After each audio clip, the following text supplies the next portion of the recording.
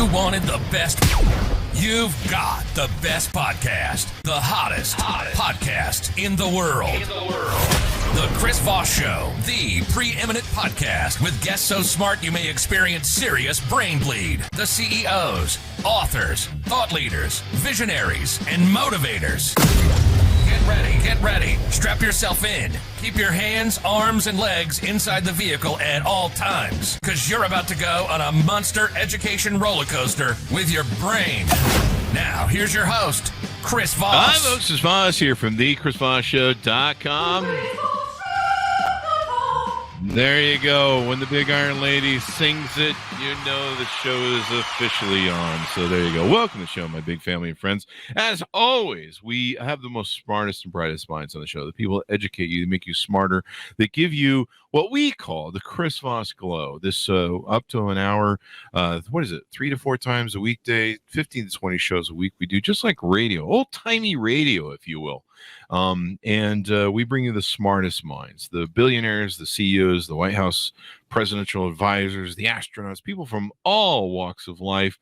And they bring you their condensed version of all their juiciness of information and knowledge that you put it in your brain and your brain lights up and goes, oh my God, I don't know what your brain does because I'm not in your brain, but I'm making up as I go on. But you get the Chris Voss Show glow, and that's what it's all about. In fact, we were joking in the prior show that maybe we're going to call the Chris Voss Show fans the glowies or the globalies or something. I don't know. It has to do with the Chris Voss Show glow.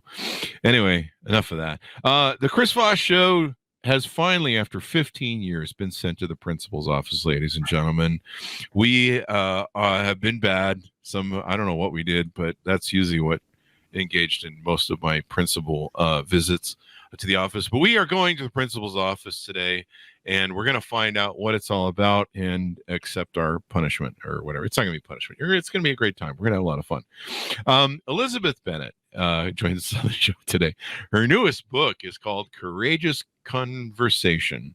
It came out November 22nd, 2022, and it's a guide for parents to understand and connect with their teens, assuming you want to or anything, but some of your teens I've seen, and I'm just like, I just get a restraining order, but there you go. So this is her wonderful book that she has out and helping parents with their teenagedom, not their personal teenagedom. I mean, maybe they still have issues from that, but their children's personal teenagedom. This is probably giving them teenagedom problems. I don't know what the hell I'm talking about. Elizabeth Bennett is an esteemed retired principal, hence the principal's office reference, with 35 plus years in education, coaching, and administration. She's known as the Teen Genie, and she's positively impacted thousands of teenagers and their families. Elizabeth's mission is to transform adversity into love-filled spaces, reflected in her contribution to 8 best-selling books and her own guide, Courageous Conversations, a guide for parents to understand and connect with their teens. My side note, I'm assuming if you want to, I don't know, they're kind of weird and they smell bad sometimes. I'm just teasing. Her dedication to fostering positive change, one courageous conversation at a time, shines through with unwavering compassion and resilience. Welcome to the show, Elizabeth, or should I call you Principal Elizabeth? No, Elizabeth's fine. Thanks, Chris. There you go. You probably had 35 years of that. You probably have enough of that whole thing going on. So welcome to the show, Elizabeth. Give me your sheer.coms so people can find you on the interwebs. Courageousnetwork.com. There you go. And on courageousnetwork.com and the book, give us, in your words, a 35,000 overview of what's inside. Well, it really is about having connection. Mm-hmm. And part of that is my own journey through my own experience as a youth and then into teaching and so on. Mm-hmm. And really, it's about taking a look at how we show up for our kids and how they show up for us. Because we know that, every person has a background, and I always point back there, we have our traumas and experiences and the way we were raised and so on. And we need to understand that part of that, even though we think we've got it all under control and it's in the background and it's behind us, there's still a filter that shows up. And that's how we see things, and that's how we speak through things, and that's how we hear things, and that's how we show up for each other. And our kids have similar filters. And so part of the information that I share in the book is about being able to really have dedicated listening to each other, because here's what happens. You and I are having conversation, or wherever that leads, and you say something and I have already 6 solutions to that problem, right? And so what we need to be able to do, and this is what I teach parents about my 5 strategies of dedicated listening, is for them to be able to move their judgment out of the way and be engaged with their teen and invite them into conversation so that they understand what's going on in that teen's life. Because typically you'll get something like, and this is an honest question, a parent hasn't seen their kid all day and they say, "Hey, honey, how's it going? And how was your day?" And the typical 4-letter responses are fine, good, or, this other one that appears is either a grunt or, yeah, whatever, right? And so the parent says, "So what did you do all day?" And the kid says, "Nothing." "Well, what do you mean you did nothing? You were away for 8 hours," right? So there's that point of escalation for the parent, and the level of apathy is starting to show up for the kid. And so then up comes the hoodie, in go the earbuds, out comes the cell phone, and they're out of there. And really, both of them are left a little bit heartbroken, because the teenager wants you to ask about them, not their day. Oh, holy crap. Wow, that just blew my mind. I've always, it happens so often. It's kind of a meme or one of those things, it's kind of like a joke, a punchline, of the parents, the kid who comes home and "What was your day like?" The kid says nothing. But that's the whole, instead, because sometimes I remember being as a teen, it was about how did you do today really meant like, "Hey, did you pass all your tests and you get good grades?" And you're just like, "Oh man, you don't care about me, you just care about my grades." And they'd say yes. So that was that. But I don't know. That's probably a big problem with Chinese parents. Those tiger moms. They worry about the grades. But no, that wow, that gives me just an epiphany that blows my mind. So what should the better questions be? Well, I mean, it could start with that one. How was your day? But people, and that's the piece that people need to recognize, is they've already been in that day for 8 hours, just like you've been in your day for 8 hours, right? Yeah. And they need to have a pause from it. And decompress, maybe. That's right. And, either, you can sit and have a tea or a drink or a pop or whatever together, or they can take some time to decompress, if they want to change their clothes or go hang out for a bit, and then come back and be invited into, so tell me what's going on. Like I've noted, and then you can address things as you see them. So if you see your teen, sort of with a mopey face, or they've been grumpy or grouchy or so on, then you can identify that and say something like, "I've noticed that you've been a little bit out of sorts these days. And I mean, if you choose a word and it's not the right one, they will certainly tell you. So, you just try another one and say, well, you just look a little out of sorts. So tell me what's going on." Yeah. Ask about them. And then that's why I call it courageous conversations, because we need to step out of our comfort zone and be a little bit more vulnerable in that space that's a little bit out there. We're not sure which direction it's going to go in. But if we're in the space of compassion at the same time, to say, "Look, I just want to know what's going on because I haven't seen you lately," or, I noticed that your friends aren't coming around. What's going on there? So that there's a different space, and that it's not about judgment, and it's not about us coming up with solutions or ideas for, what we think they need to be doing, but rather and that's why I emphasize the piece about invitation, because it's, can we come and sit down? And then being able to say, I've noticed that I have been, so now you're taking on responsibility for your actions too, to say, I recognize that I've been annoyed with you lately because I've asked you 6 or 7 times to do something, and it appears that it takes you that long maybe to do it or not. Mm-hmm. And I get that it must have an impact on you too, so that you're recognizing where they are as well.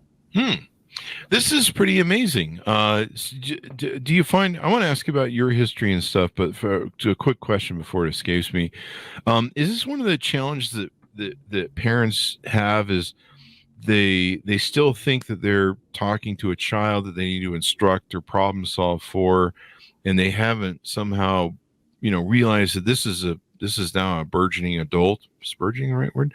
A new adult, and there's a whole different sort of gameplay here where you're not really babysitting them anymore, trying to make sure they don't fall over when they're walking around your thing. It's a whole different sort of dynamic. Is it maybe people haven't clicked that over in their heads or something? Well, I think part of it really comes from the place of how they were raised. Oh. And as much as we all try to say, oh, we're going to be very different than how our parents were, I think there's still that background and still some of those elements that sneak into your space as an adult, as a parent, right? So, there are still people that think that the only way to raise children is to be an authoritarian. It's my way or the highway, that kind of thing.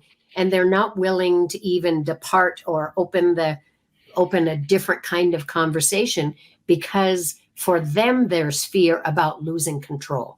Yeah. And so the more they do that, the more control their child steps up with, because now they're resistant to what you're saying and what you're doing, and they don't give a shit. That kind of idea.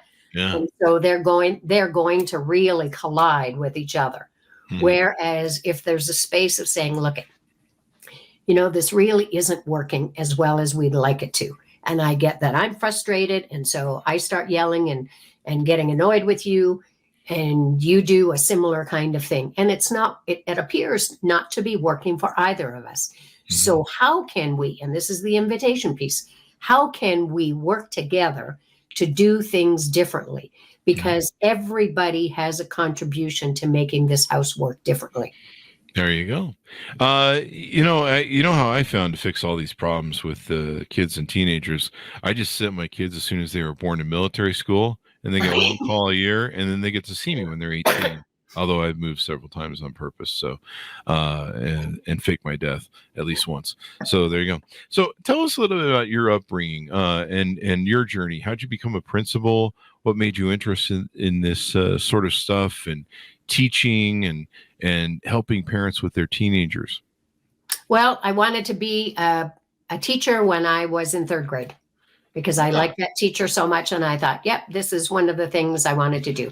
Well, I had 3. I had 3 things I wanted to do. I wanted to be a police officer, I wanted to be a flight attendant, and I wanted to be a teacher.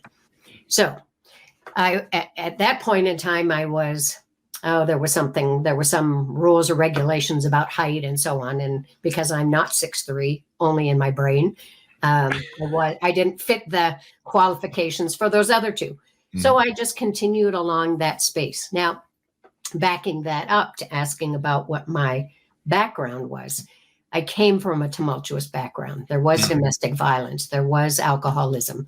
There was sexual abuse. And so I tried my best to stay away from what was going on in that environment and to give to people. So when I was in high school, I got involved with charity things, collecting food bank items or giving to the church or doing some kinds of things, because I felt that was at least a positive escape for me and I could give to others. And I also grew up, I was born a couple of minutes ago. And I think at that point in time, it was like, children should be seen and not heard. Money doesn't grow on trees. Don't cry or I'll give you something to cry about. Boys don't cry, and those kinds of things of that time. And also of that time, everything was secretive. So I didn't have anybody else to speak to about stuff that was going on, because I didn't know how. And I also technically wasn't allowed, right? Because you had to keep those things at home. Wow. And I was also an only child too, so I didn't even have anybody to share that with in my home. But as I went along my journey and I, went to school, I was first in the field of education or recreation. And then I did some work in community development and so on with grassroots organizations.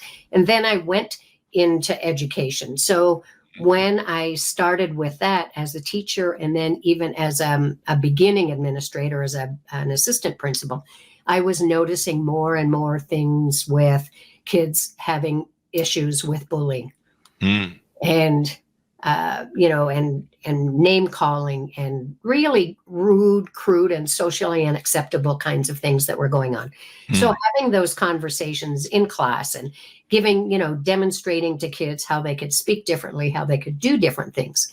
And then partway through my journey, I thought, I'm going to find the silver bullet to ending all of this, right? I'm going to be rich and famous. I'm going to write a book. I'm going to have the ultimate solution for stopping this bullying thing.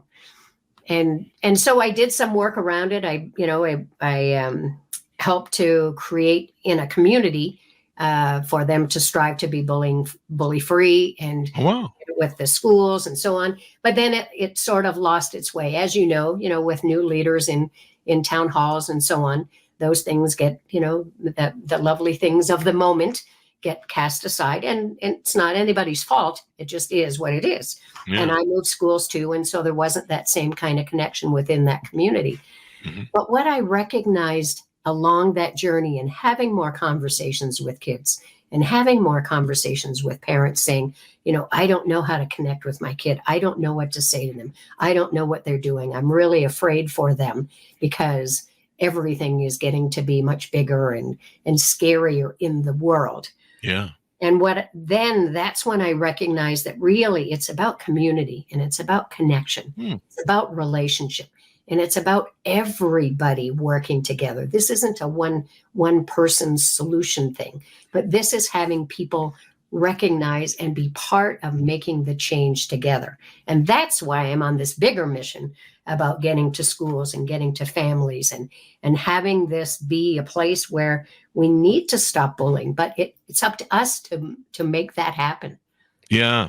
I tell people if they don't stop bullying, I'm going to punch them in the face. No, don't do that. That's just a joke, people. We do jokes on the show. Don't write me. But no, I like how you have this courageous conversations. And it's tough. I remember I played pseudo stepdad. I was engaged, so I played pseudo stepdad with two young kids of a gal that I was dating. And I remember when the son turned 11 or 12-ish, it was kind of sometimes weird and hard to watch him, develop his ego, I guess you call it. You correct me if I'm wrong because you're the pro here. But, he would kind of, sometimes he'd say things, like he'd say something really offensive. And then he'd have this like really smart ass and offensive to us. And then he'd have this look on his face like, did that just come out of my mouth? And he'd be like, you could tell he was sorry. But just watching him kind of fumble through trying to figure out who he was and develop. And I remember one of my friends who worked for me told me a lot of great advice over the years. And one of the key advices he told me is you gotta give kids a hallway, but it's gotta be a good sized hallway. You gotta let them bounce around and hit the walls. There has to be some structure there, but you got to give them room. You can't just try and force them to walk the straight and narrow. And but yeah, it's a hard time for kids. They're trying to develop who they are and what they're about, and what the world is, and boys and girls they're interested in. So there's that whole thing going on. Well, usually when I start a talk that I give, and I say, I absolutely love teenagers. I love their piss and vinegar attitude. I love their raging hormones. I love everything about them. However, probably parents don't. And parenting is like riding a roller coaster blindfolded. Oh, yeah. With ups and downs and twists and turns and, moments of sheer exhilaration and moments of absolute horror and terror for their kids. But here's what really is happening in their world. Bullying is rampant. Mental health concerns are through the roof. Social isolation. As wonderful as our cell phone is to gather information, it's also a place of social isolation because kids are diving into their cell phones looking for acknowledgement. They're looking for their likes. They think that there's a perfect virtual world in there, and we know it doesn't exist. And now, based in North America alone, just Canada and the United States, suicide is the second cause of death of teens, and kids as young as 8 and 9 are taking their lives because they see, they're choosing a permanent solution to a temporary problem, because most of the time the things that they are concerned about are really, we slough them off and say, oh, don't worry about it, honey. My mother used to say that to me. Don't worry about it, honey. Just go to school, do your best, make some friends and so on. Except she didn't know that I didn't go to the bathroom all day during the day because there were bully girls in the bathroom. Oh, wow. There were kids that were selling drugs and they were trying to pawn them off on everybody. I mean, there was lots of things going on at that time. And now, kids have enormous pressures, some of which they place on themselves because they can't see and they don't have the strategies and tips and tricks that they need to have in order to be able to see the bigger picture. Because, some of the things that impact them now are, am I wearing the right shoes? Do I have the right clothes on? Is the color of my hair the right color for today? And do I have friends? Do I not have friends? My hormones are raging. Am I sleeping? What's going on with this test? Do my parents want me to do well? Do they even care if I do well? And then, love and hate and anxiety and pressure and all those things. And they carry that all the time, Chris. Yeah. It's like carrying a backpack with, 25 rocks, and each rock has one of those issues on it. And they carry that all the time. And they don't know how to express those feelings and concerns. So they don't know how to ask for help from home. Yeah. And so it's good that you're bridging the gap for that. I think about, it's 10 or 13 states right now have filed a massive lawsuit against social media companies because of the impact they're having on young kids. A couple of the social media companies got away with I know TikTok did over the 13 and older rule. I know Facebook got away with it for years, where they weren't, supposed to be having kids on their platforms that weren't 13 over without parental consent. But the impact that it's having in the fantasy world that I think Instagram is the worst, especially for young girls, teaches is so insidious.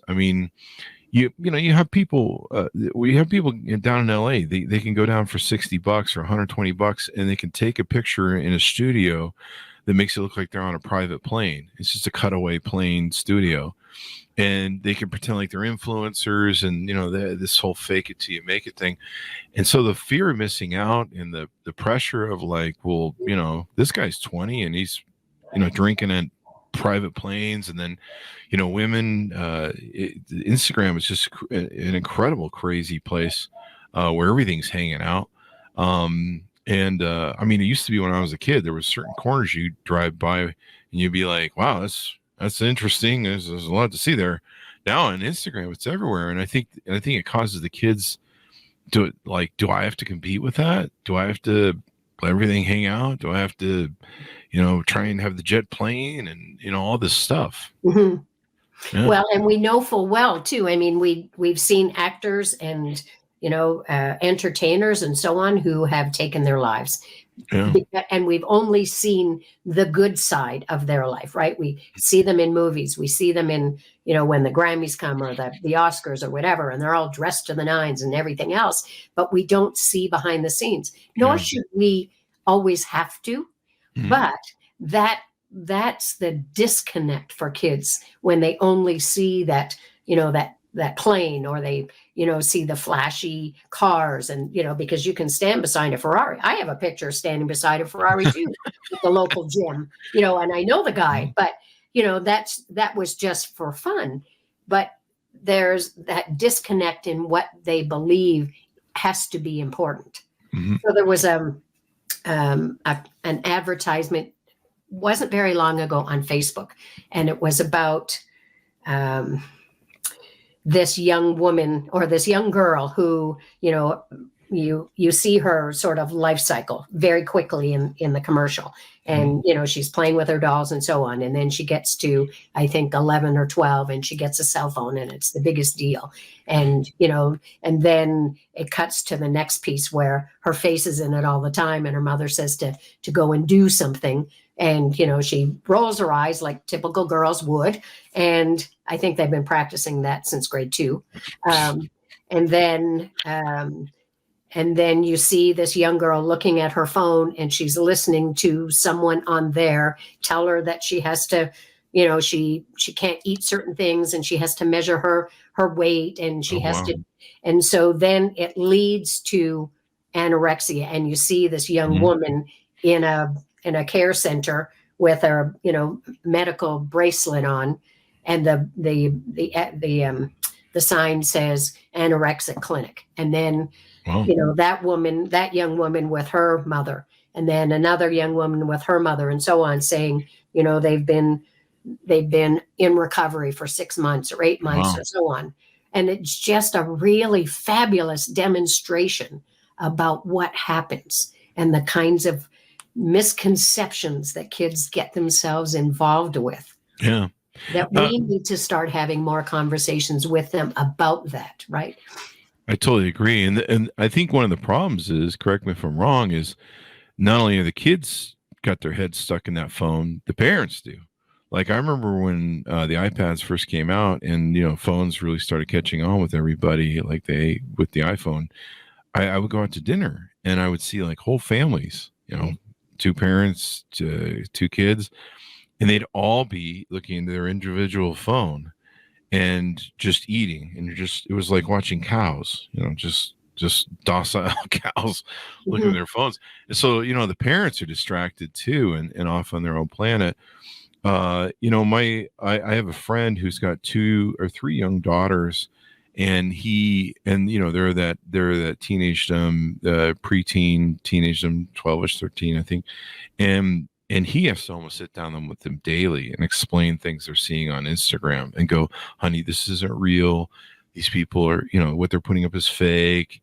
There's a lot of posing and, stuff like that going on. It's very LA-ish, if you will. And so he constantly has to do that. He constantly has to try and maintain their reality based upon, what they see, in the Kardashians and, these girls who buy these purses and, they're flying off to Dubai, and, he has to explain what that's all about. And he says it's a constant battle. It's a real struggle. Please tell him he's doing an outstanding job, because lots of parents don't engage. I had a conversation just recently with a family, and I had suggested to them that they have conversation with their daughter about the whole idea that she's continually in her phone, and they have given her the opportunity to be responsible and independent. And I delicately said that, yes, you pay the bill though. And if anything were to happen, because I've certainly had police officers come into the schools that I've been in and have conversations with kids about, cybersecurity and about, being and we teach it too, about being a responsible digital citizen. And that we don't want what we say on our cell phone to be the title of the newscast that night. That's true. Yeah. Or worse. I mean, yeah. Yeah, I mean, you and I were lucky. We grew up in an age where there's no record of what pretty much, except for my prison record of 20 years. I don't know. People are like, you went to prison? Everything makes sense now. No, I never went to prison, people. But there was no record of anything we did. So, when we threw the baseball through the window, I think I did that once. It's not memorized for all of eternity, although I just did. And so it was kind of better. The other big thing that I see, especially with young women and actually middle-aged older women, is a real caught up in the attention and validation thing. Yep. And that's always been important for women, attention and validation, especially for men, to go, oh, men think I'm good looking. It's part of our whole propagation of the species operandi. But I've seen this addiction to where it's addicted. Some people are addicted to so many men that they can't pair bond. They can't get in. I've seen them talk about on TikTok, right? I can't fall in love anymore. I can't fall in love with one guy because I'm so addicted to having all these guys' attention. And, I used to see that with strippers and strip clubs. But now it's like wholesale. It's like everywhere. And it's really become, I think, an addiction, the attention, the validation, which you mentioned before, the likes, and I think the kids get sucked into that too, where they're like, am I not accepted? And I'm not part of the in crowd, the kids are always into, if I'm not getting the likes, if I'm not getting those likes as much as Barbara or Jerry and, whatever. So it's a crazy world with these phones. It really is. Well, and that's the place too, where parents need to be able to set some guidelines around that. Mm-hmm. So as part of my 5 strategies of dedicated listening, one of them is the whole idea of having intentional time. Mm-hmm. And so if you have 1 or more children, then you need to have some of that time that you spend just with one at a time. And it doesn't mean going out, all day, or, mm-hmm. these don't have to be all day affairs, but they need to be time because, as you know, even having, kids around you and your friends who have children, mm-hmm. they all have different personalities. And even if they live in the same house, they see things and they hear things differently and they just show up differently. And so it's really important to have that time. But having said that, the piece about the dedicated time is that means that you need to put down your cell phone. You need to close your laptop. You need to shut off the television or the video games or whatever it is and do something outside of that space. So mm-hmm. if that means driving in the car, because many people have said to me that seems to be a really great place for them to have conversation. So put them in the trunk and just start driving? Maybe. You might want to start there and then, invite them to sit in the back seat or they are teenagers. But I think that's legal. The piece about that is that you're close enough and you're far enough away. So each of you have your personal space or your personal bubble, depending on, what people think about that. And that even if your kid puts his or her feet up on the dashboard, you can clean that later.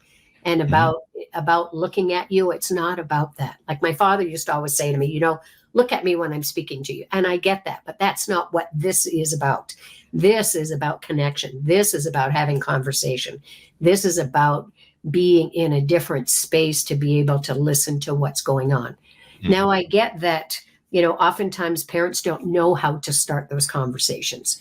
Mm-hmm. And so I might suggest that, and I often do, suggest this, that rather than asking how they are and getting involved with that at the moment, you might consider saying something like, listen, I just listened to this podcast today, or I saw this news article, or I was listening on the radio, or whatever about a current event and about something that's away from them so they don't feel like they're being interrogated. Yeah, that spotlight where you're like, tell us where you hid the money. It doesn't need to be there first, because what they're also doing is reestablishing trust.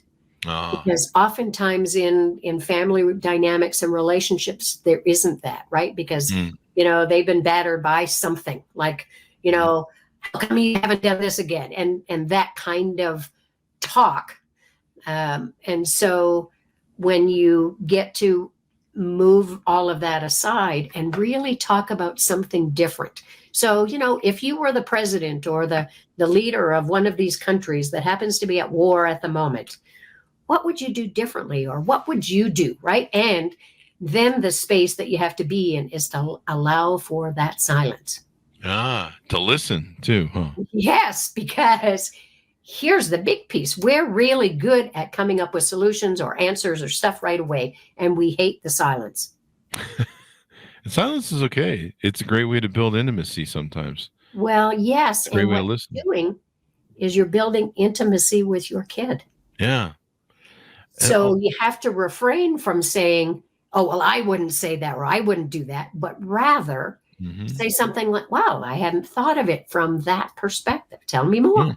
Yeah. Plus, you're helping your kid think about things and Yes. view the world from a bigger, different thing. I love these ideas. One of my friends, I don't know what a lot of my friends do with their kids. But I know one of my friends, they have younger kids that, they really like their devices but they make it a point of going out for long walks with the kids. The device has to stay home, and they get out in nature and they just walk, and they get the grumbling and all that sort of stuff, but eventually the kids get into it. But they're teaching their kids that there's a world outside of these phones. And I think a lot of parents, I don't know, I'm not a parent, but my assumption is, from what I see, is that people like us in our generations, when we grew up, we had the world. And so when phones came along, we're like, well, this is kind of nice. Yeah, it's interesting. But we got this cool world thing going on. But yeah, this is kind of nice. But for these kids, they've grown up with this thing. And we've actually had one of the other things we've had on the show is we've had, I forget what kind of science, but they're brain scientists. And the one thing they talk about is we can't handle this 2D screen. We're used to seeing three-dimensional faces and interacting, and our brains are used to getting data. So when I'm looking at someone and talking to them, I'm seeing how their eyes move, their facial structure, their body language, and I'm getting all this data. And that's real important for my brain to have, in engaging my brain, engaging their brain, and just learning this communication style of interacting with human beings, which you have to do in the world. You can't just walk around like this all day long at work. Or boss won't like it, maybe. I don't know, unless you do social media for him or something. But it's really important, and it helps develop our brains as well by seeing 3D visuals of people and everything else. And this really mucks with us, not to mention the blue light and, the fact that you can't sleep. If, the worst thing I can do is turn on my phone in the morning when I'm out, or in the middle of the night when, I'm like, oh, I'll check those notifications, and then the blue light hits you, and you're like, oh, I'm awake now, and, so, it's a lot of this going on. So you got different techniques that people use. There was a question I had for you. How to create more formative school connections. Now, is that for the parents to get more involved in school, or is that for the kids? It's more for the parents. And the reason I say that is because oftentimes, parents don't know what to do, and they're hearing the information from their kids, about, I'm being bullied, or this is going on, or so on. And so the parent comes in red hot and demands that things be done. And it's not our nature to be against each other. Schools are really making, or trying to make, an effort to be in connection with parents, because we're both after the same thing. We both want our children to be successful. And so this is really about getting some skills and strategies to be able to go into the school mindfully and say things like, I've been having conversation with my child, and these appear to be the situations that are happening at the moment. Can we work together to find out what's going on? Because, from time to time, there are situations that we don't know anything about in the school. We don't know what's been happening with your child, because your child hasn't been sharing it with anybody. Because it happens because they're trying to work it out themselves. And sometimes they feel, and particularly in bully situations, they feel like if they report it to somebody, then it's going to be worse. And my suggestion to that is, yes, let's report it so that we can help that child who's also the bully. Because we've all heard this phrase about hurt people hurt people. So That's we true. need to be able to help that child as well. Because if there's stuff that's going on in his or her life, what they're trying to do is to get that hurt away from them. So they'll shoot it on anybody else that's around them. Yeah. So we need to dive in from both sides to help your child because your child is being bullied, and to help that other child as well, to say, what can we do to help support this child and maybe perhaps their family if there's a, dysfunction, or there's stuff going on, or the child has lost somebody and they don't know how to deal with it, and they don't know who to speak to, and they don't know that they could get some help. There you go. You're so right. Hurt people hurt people. Which explains most of my relationships and why I'm single. I'm just kidding. There's probably somebody who's like, yeah, that's true. But I remember one episode that I had that did land us in the principal's office was we were getting bullied by these twins, and they were I think a grade or two over us, and they would push us into lockers, and they were just really mean and vicious, and I don't know why they took a shine to us, but they did, and it was two twins, and so we finally had an episode where we just had enough of it. We gone to the principal and said, this something has to be done here. And we were just kids. We didn't even tell our parents. And so the principal got involved and, got these guys pulled together. And he later told us, he says they're being beaten up at home by their parents. So they were going by their dad. I think their dad was just physically abusive to them.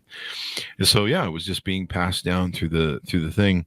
I remember, my mom taught for, I think 20, 25 years. And I remember she talked about how it went from, it used to be to when parents would come in, they would listen to her, and she was the authority on, what was going on with the kids and the school and stuff like that. And then the model slowly flipped over time where parents really kind of expected teachers to like basically raise their kids and be their parents for them. They would show up and, why isn't my kid passing his test? This is your fault. And it's like, no, your kid isn't studying or doing their homework, and they're just mucking about because, I don't know, maybe you're not being a good parent at home, and, it's not our fault, but I mean, we can't, and then the participation generation kicked in, and, all that stuff. And it just became really hard to be a teacher and I imagine a principal in schools.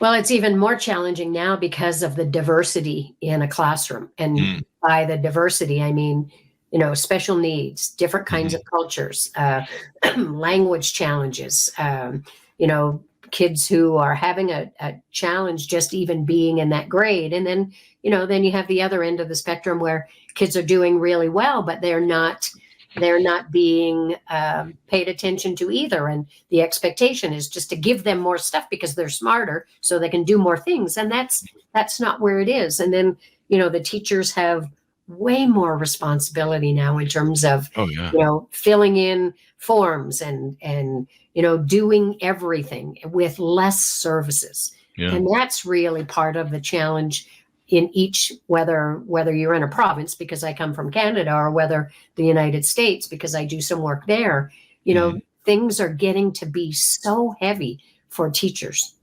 And so, they're burning out too, because they are the giving kinds.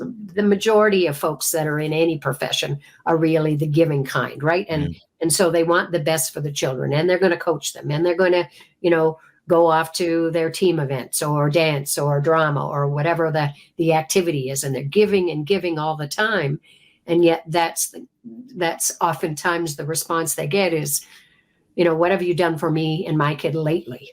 And there needs to be a balance there, because that's part of a parent responsibility too, is to be able to say, how can I help my kid at home with what they're doing or not doing, and not in an aggressive kind of way, because that doesn't work either. And that's why I talk about courageous conversations, because we need to change that.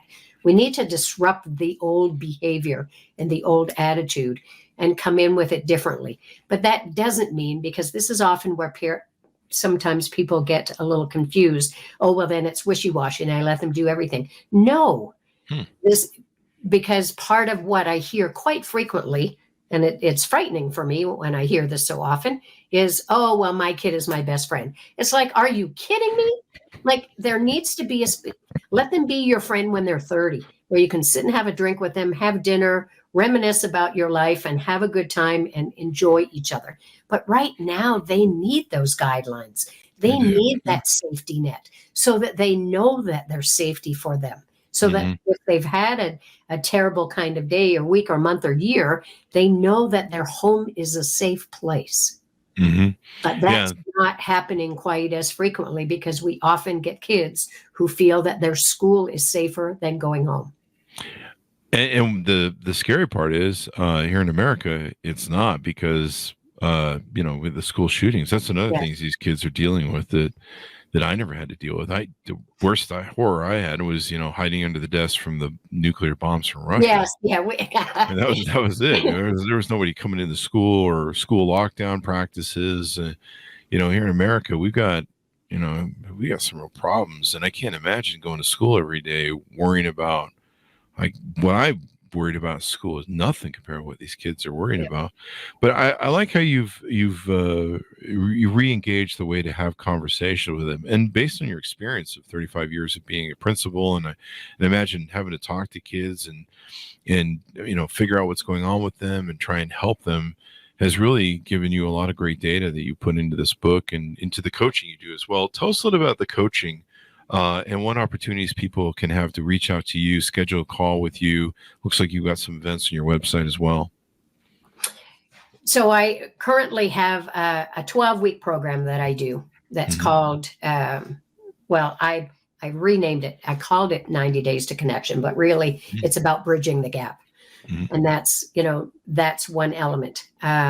I have the opportunity as well to do a VIP so that if a family is really wanting to accelerate that help because they've been trying to do it by themselves for so long, and they want an opportunity to be able to spend, 2 or 3 days together and really focusing on what goes on. And that includes the children as well, so that they get a chance to be engaged with these conversations, to understand each other's perspective. Then I do that as well. And I also do, individual coaching if people feel that's something that they would prefer, because sometimes people just don't feel comfortable in group settings, because my 12-week program is designed as a group, and then it moves into a year if people are interested in continuing along with that. And would you say the best advice is don't wait till things really get ugly? Try and be preventative, take preventive support to this. When you reach a point, I remember I got with my parents where I didn't want to talk to them at all or have anything to do with them. Was a rebellious teenager. Although I really wasn't that rebellious compared to what goes on nowadays. I was actually pretty tame looking back. But, they were ultra religious, so they didn't really appreciate, me listening to AC/DC and Van Halen and, all that.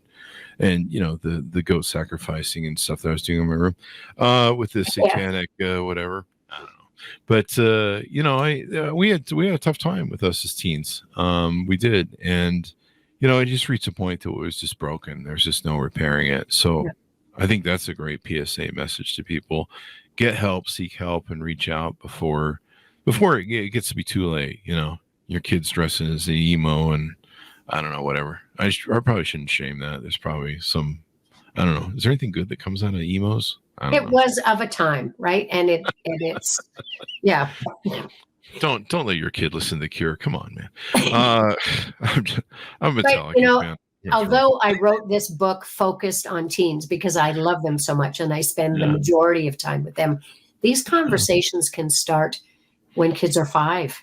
And we can be still having conversations like this when we're 55, because the book I'm writing now is called Courageous Conversations in the Workplace, because we know these similar kinds of things occur in workplaces, and people also don't feel like they have anybody to speak to, or that their voice is valued, or that they have any meaning or purpose in their workplace. And then what happens with that is they take it home. Yeah, I think we need this because we've been trying to figure out how to tell Bob to quit cooking fish in the microwave every day. So, especially on tuna fish Saturday. I don't know, I'm just making shit up. So there you go. But this is really great and insightful. I'm glad you provide this thing. Maybe I should just get some cards from you so I can pass them on.